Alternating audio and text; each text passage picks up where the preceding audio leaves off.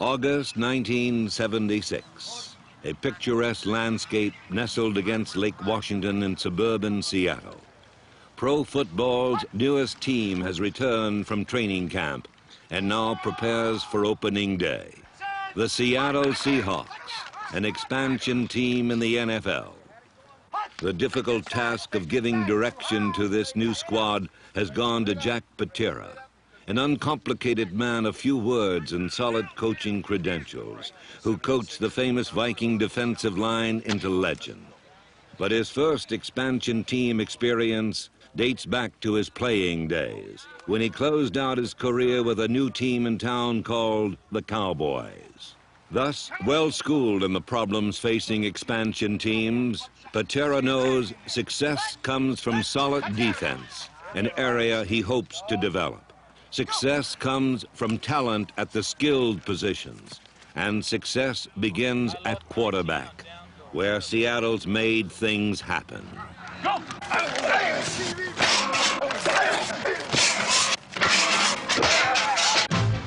A football team's growth is a story filling many volumes. This is Seattle's first edition.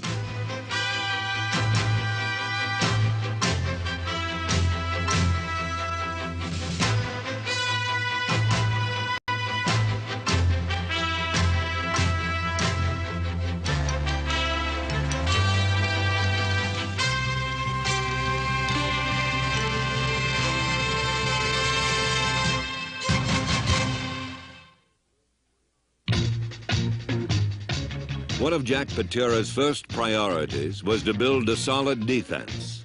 But winning defenses aren't built overnight, and Seattle's Crime Stoppers proved somewhat prone to attack.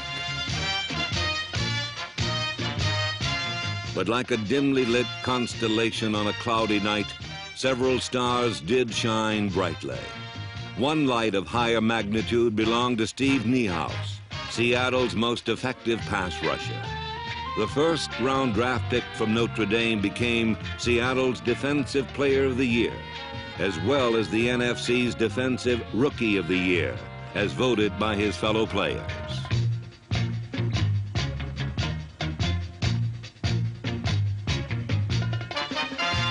Niehaus often worked alongside Richard Harris, a sixth-year pro who found a home in Seattle and is regaining the form that made him the first defensive lineman drafted in 1971. Rounding out the front were number 75, Dave Tipton, number 74, Carl Barisic, and big number 70, veteran Bob Lurtzema.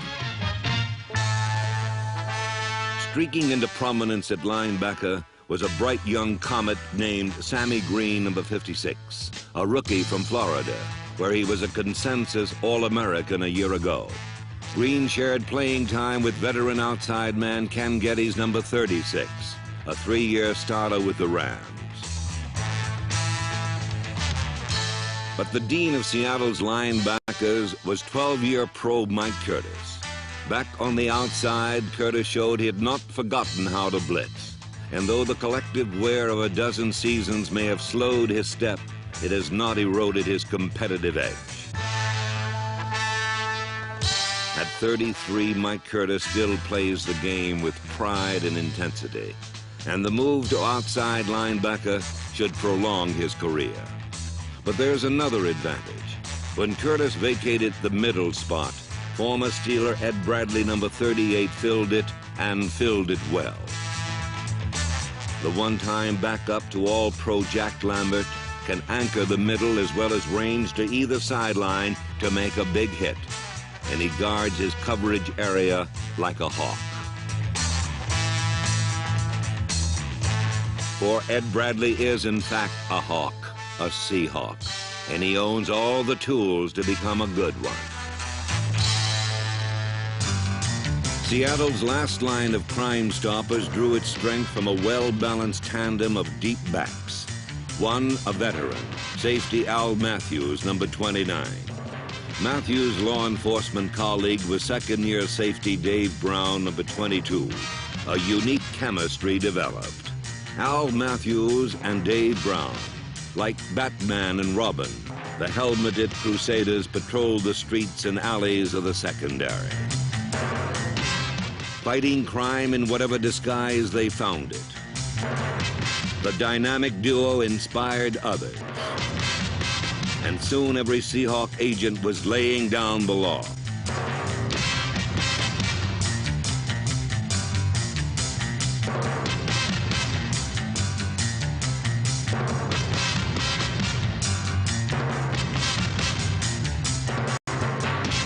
Brown, Matthews, and fourth-year pro Eddie McMillan combined for 264 secondary arrests, while on special teams, rookie Don Dufek, number 25, registered 3 of Seattle's 7 blocked kicks, including this one, which Steve Rabel converted into an easy score. The kicking game featured rookie punter Rick Engels and veteran place kicker John Leipold, the latter joining the Seahawks from Buffalo, where he was the Bills' second leading scorer of all time. But Seattle's real strength was its offensive team, with players up front like Norm Evans, Nick Bebout, Bob Penchian, Bob Newton, and Fred Hoagland. Skilled players like rookie running back Sherman Smith were able to move right into starting positions. They responded beautifully.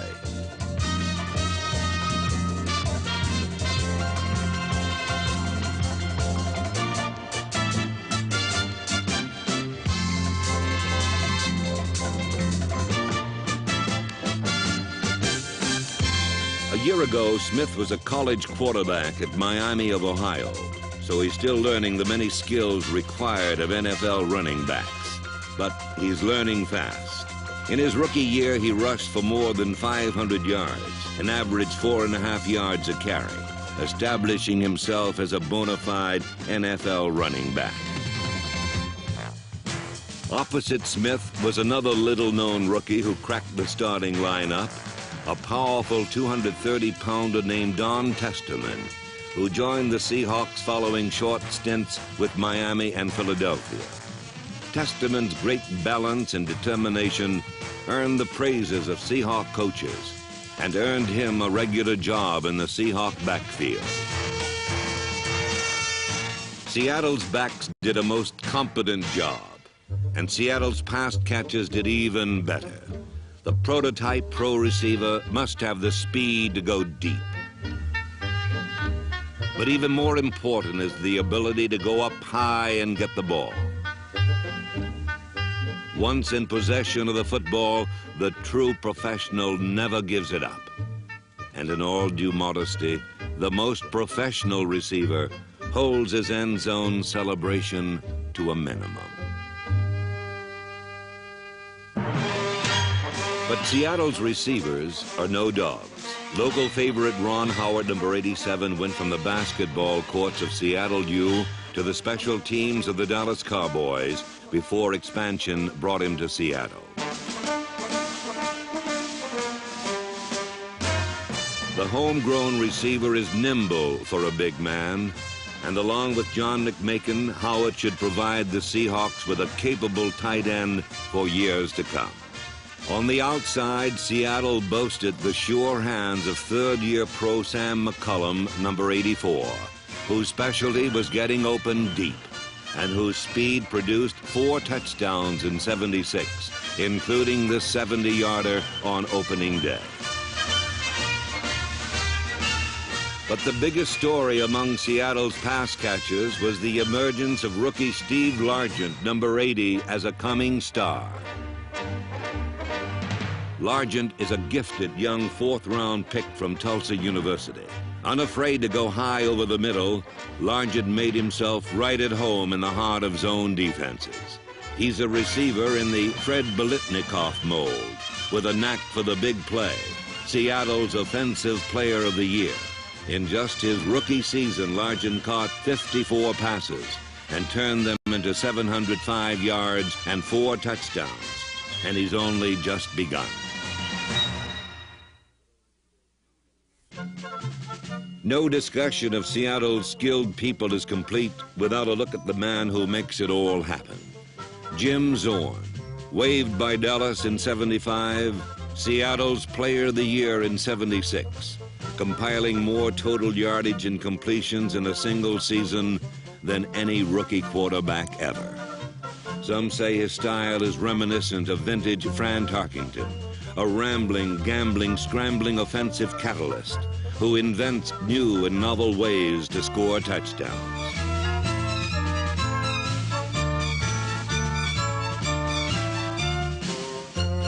Two things seem certain about Tarkington and Zorn.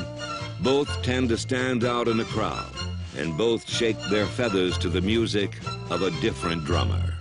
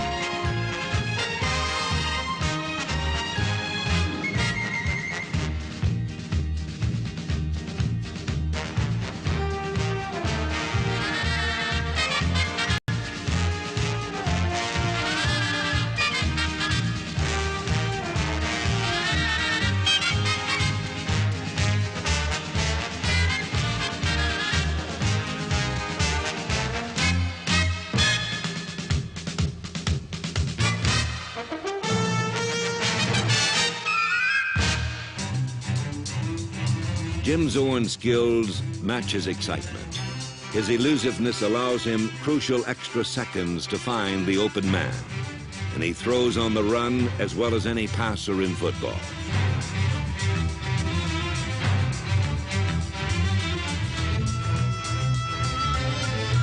But the left-hander isn't limited to rolling left, and his ability to go the other way puts an added burden on the defense. In short, he's the most gifted young quarterback in football, able to nail a receiver in front of the deep zone or pump, then beat the zone deep.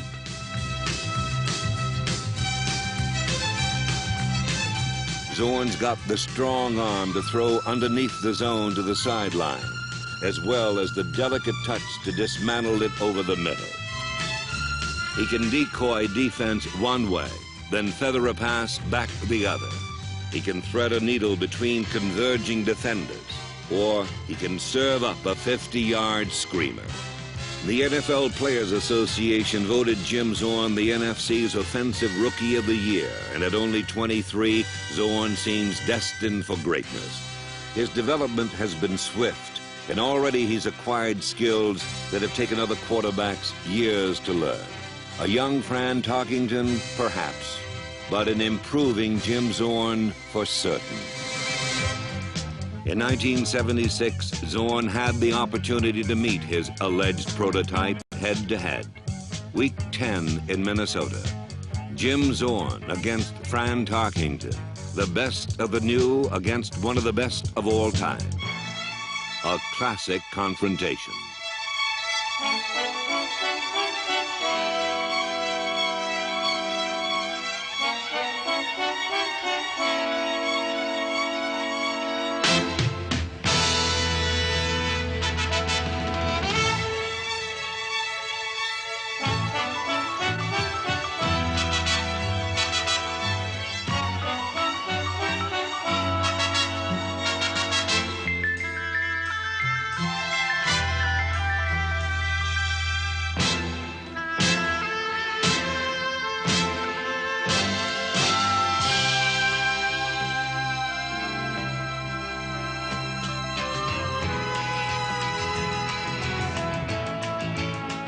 Jim Zorn matched Fran Tarkington pass for pass, and this 80-yarder to rookie wide receiver Steve Rabel was Seattle's longest offensive play of the season. Indeed, Seattle's strong performance against the Super Bowl-bound Vikings served notice to all of football. The Seahawks offense cannot and will not be taken lightly. In this game, Fran Tarkington and the Vikings ultimately prevailed. But Jim Zorn and his dynamic attack force left a deep impression on all who witnessed their performance. 376 total yards and a near upset over the NFC champions. Glimpses of the greatness that someday will be theirs.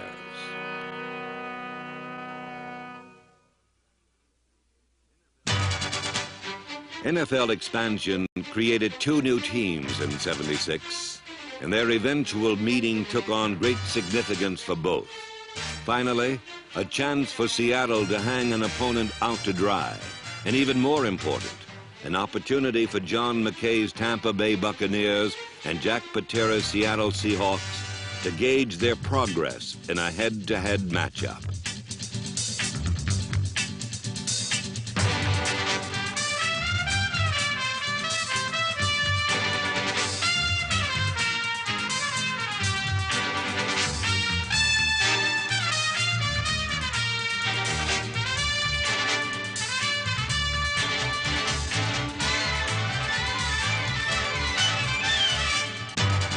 Throughout the first half, Jim Zorn filled the Florida sunshine with footballs as Seattle moved effortlessly goalward. Then from the 15, the Seahawks registered the game's first six-pointer on a storybook pass to Sam McCullum.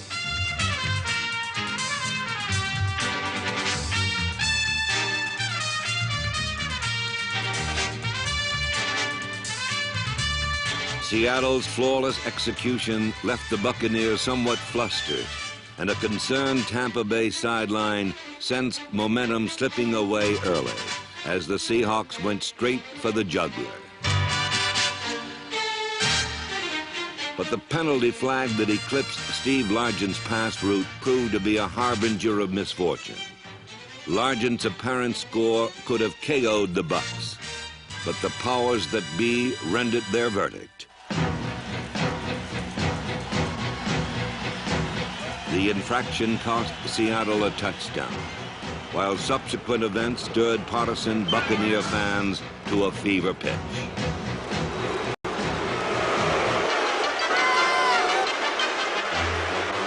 The anti-Seahawks sentiment inspired Tampa Bay's defense as Seattle was held to just 41 yards total offense in the second half.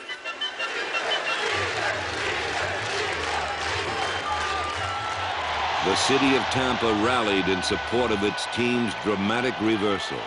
Seattle's offense had been stymied, but on this day, a new group of heroes would emerge. In many of Seattle's games, the defense had done little more than surrender points as fast as the offense scored them. But with the championship of expansion '76 hanging in the balance, Seattle's defensive unit put together a memorable game-winning effort.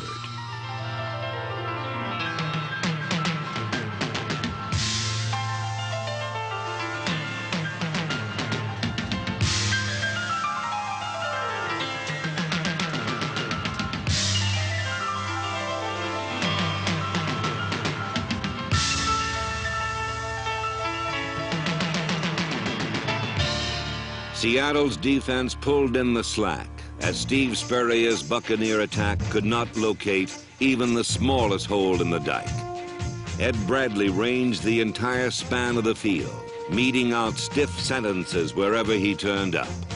The secondary planted its 1976 receiver crop, while old pro Mike Curtis made the game's two key plays.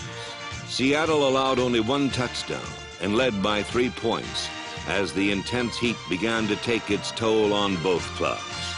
With time on the wane, Tampa Bay needed a last-second field goal to send the game into overtime. But Mike Curtis decided he'd had enough. Though you may not see it from this angle, Curtis got a hand on the field goal try. The ball flooded harmlessly toward the uprights and came to rest well short of its mark, as the Seahawks won their first regular season NFL contest. Indeed, a moment to remember for a young head coach and his fledgling football team. In years to come, this organization will produce winning efforts on a much more regular basis. But no Seattle Seahawks fan ever will forget the first one. A groundbreaking of sorts on which future winning seasons will be built. Final score, Seattle 13, Tampa Bay 10.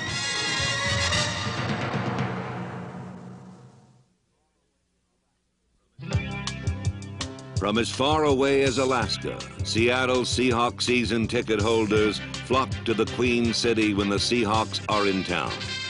Their convergent paths lead them all to the Kingdome, one of America's finest new stadiums.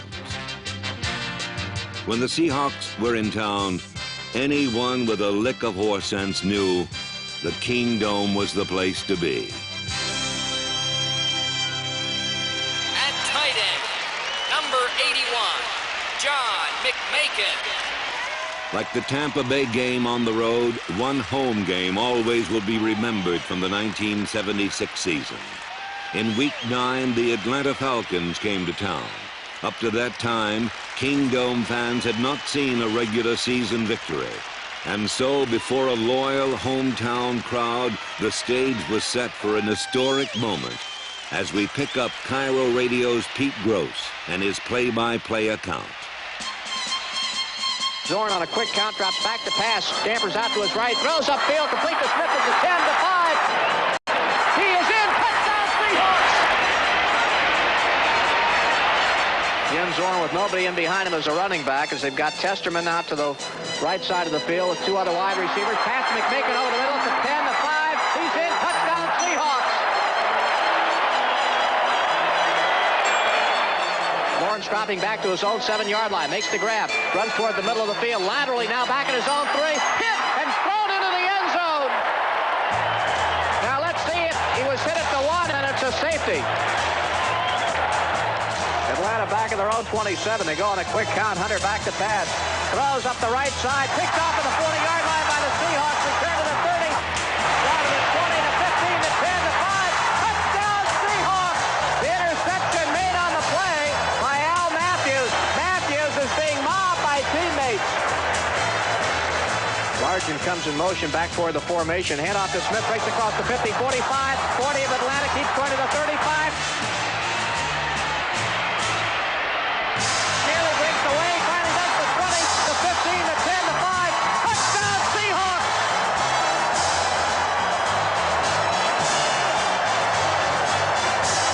Sherman Smith would not be denied. Nor would the Seattle Seahawks be denied. A Kingdome homecoming to remember. Jack Patera's spirited squad had challenged the NFL establishment all season, and this afternoon had come through with a resounding victory. Kingdome denizens had another treat in '76 as Seattleites joined the nation for the 27th annual Pro Bowl and got a glimpse of the AFC stars the Seahawks will face next season. Players such as Pittsburgh's Jack Lambert and Baltimore's Burt Jones. Players such as the incomparable O.J. Simpson of the Buffalo Bills. Players such as Cincinnati quarterback Kenny Anderson and Oakland wide receiver Cliff Branch. Though there were no Seahawks to cheer, Pacific Northwest football fans filled the Kingdome nonetheless, just as they did all season long. An amazing demonstration of fan interest and support. Seattleites know their organization is sound. The winning seasons will come in time, and the Kingdome will house all the excitement. For like a good book, the Seahawks will get better as they go along. Last year was merely chapter 1.